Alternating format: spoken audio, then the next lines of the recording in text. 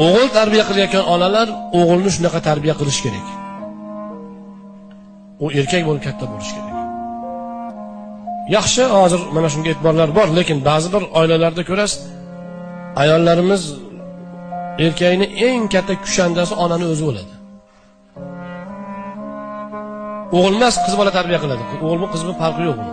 Aytganini qilsa bo'ldi. Bitta ona ham aytayapti. Xotinini, kelinini haydayapti ekan o'zi. O'g'lingiz nima deydi? O'g'lim men 30 ga kirgan juda yaxshi bo'laman, chizig'imdan chiqmaydi deydi. Ha bo'ldi, bu ish bitib bo'lsa. O'zining mustaqil fikri yo'q. Bitta haqiqatni bilish kerak. Alloh subhanahu va taolo dunyoni, mana inson miyasini ikkiga bo'lib qo'ydi-ku, yarmi yodlashga, yarmi fikrlashgami? Dunyoning ishlarini ikkiga bo'lib qo'ygan.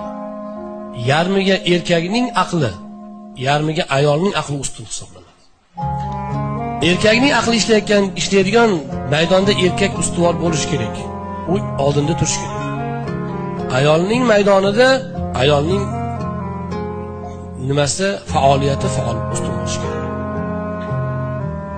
Erkaklar odatan ayollarni hududiga ko'p ham kirmaydi, lekin ayollar erkaklarning hududini egallayman deydi.